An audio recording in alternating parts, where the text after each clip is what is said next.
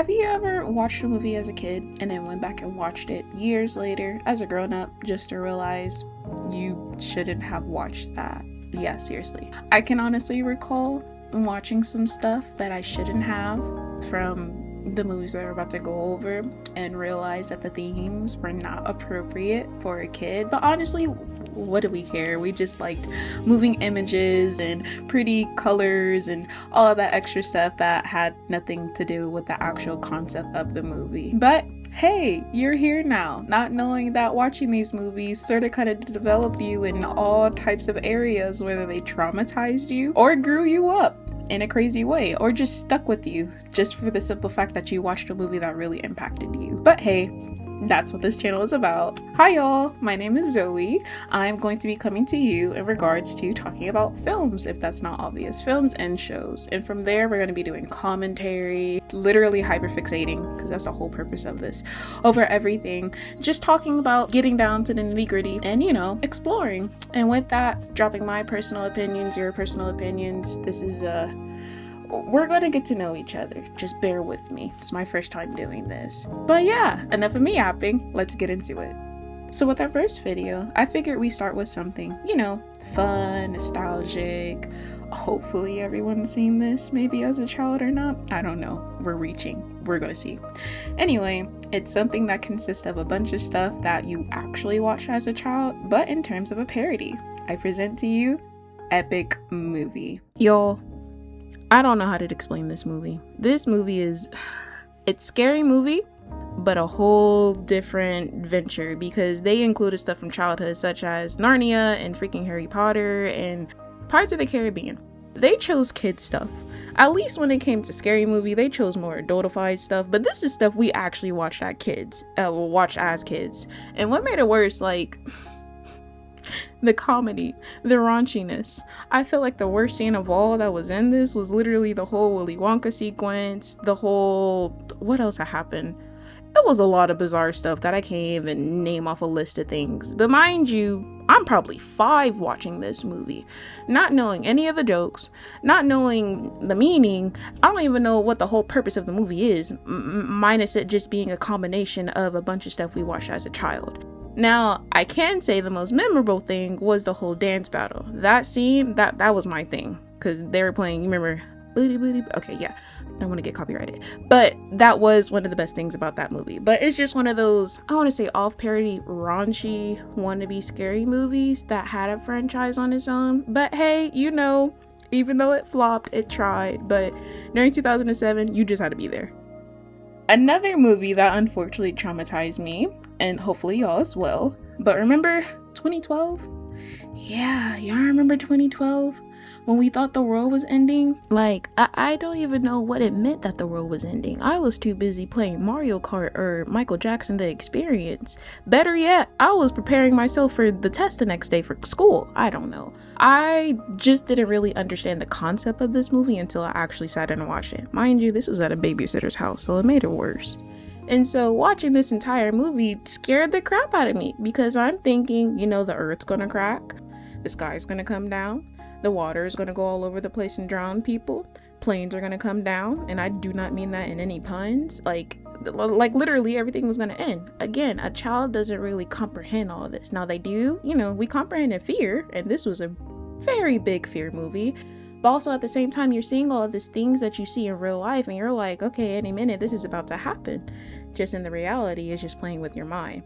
Now, do I regret watching this movie? Hegs yeah. Would I rewatch it? Hegs no. Because what do I look like watching this again just to have nightmares just like I did a long time ago? Would not be me. And honestly, the CGI for this time was actually really, really good. To be completely honest with you, it was very good. But for a kid, you shouldn't have been watching that. I shouldn't have been watching that. I'm sorry that you had to watch that. But hey, guess what? You made it. It's 2026. Don't watch it again. You'll be okay. Moving on to movie 3. Final Destination 3.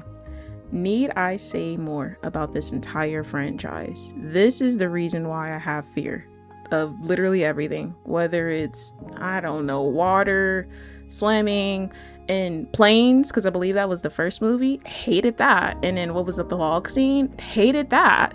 this is the reason why you fear everything, because this entire franchise was extremely good at sort of kind of make you afraid of life in general. It just made it worse because this was targeted towards young adults, and myself, even though I was like an 8-year-old watching this, found my way to this movie and watched it. And with this, we have followed our main character. I believe her name was Emily. I forgot. I'm really bad with names. And her basically just trying to prevent all the deaths from what she had saw on the roller coaster, just for it to end up happening. And when I say I feel like outside of the first 2 movies, the deaths in this movie was so bizarre and graphic. Oh my gosh. All the activities everybody did in this movie, never did it. Especially that tanning booth scene. Even though I don't tan, oh my gosh. How they went out, RIP, would never be me. So yeah, I'm sorry you had to endure this, but that's what you get for watching this movie. But then again, hey, now you know. Moving on to Memoirs of a Geisha. This movie is a beautiful movie. Is it scary? No. But it is one of those movies that went over my head as a child.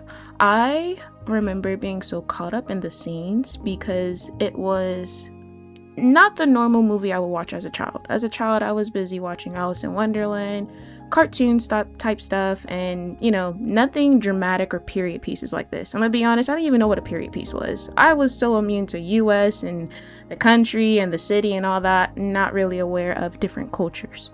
And when I watched this movie, following the young lady, I believe her name is Chio. I'm a butcher, I'm sorry y'all. But following her life was a very traumatic thing. Because me not knowing as a young child, she was sold into a geisha house. And of course, being sold is an unfortunate thing that happens in different cultures. So she was forced to live a life that she didn't want. And with that, we watched her throughout this entire movie and her journey of becoming a geisha, but with the whole purpose of she fell in love with a man. And with that, she had to go through the struggles and abiding by the cultural rules. And of course, during the time period, it was during World War II. And watching it as a kid, I didn't really understand it. But one of those things, it was very beautifully made. Moving on to our last movie, Precious. Okay, real quick, I need the Black community to come forth.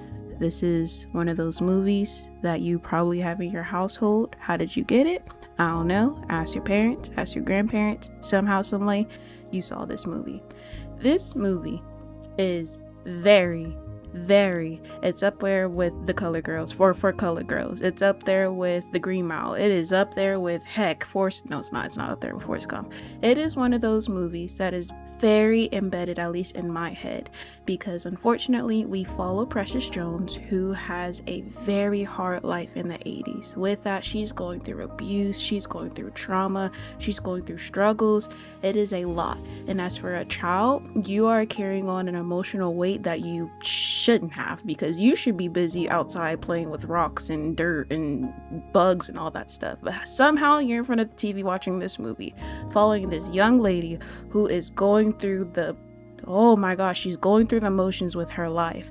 But the thing is, this is a depiction on real life, how scary it can get, how unfortunate it can get for people who are in scenarios like this. And it's very sad because throughout this entire movie, the meaning of it, the things that she goes through, the things that you witness is just like, oh my gosh, because you get so pulled into it. And one of the things, at least with me, although it is cinematically beautiful, it is, do not get me wrong, but it's one of those movies that I wouldn't frequently rewatch because of how unfortunate it is. And it just sort of kind of makes you sit back and think like, wow, how could a young lady like this go through this? But even though it's a film, remember, it's also an indication and a direction of someone's life. You made it! Yay! Here are some memorable mentions of some movies I know some of you have seen and you shouldn't have, but hey, that's okay. You're an adult now. Let's get into our final thoughts. Looking back, some of these movies scared us. They made us question things.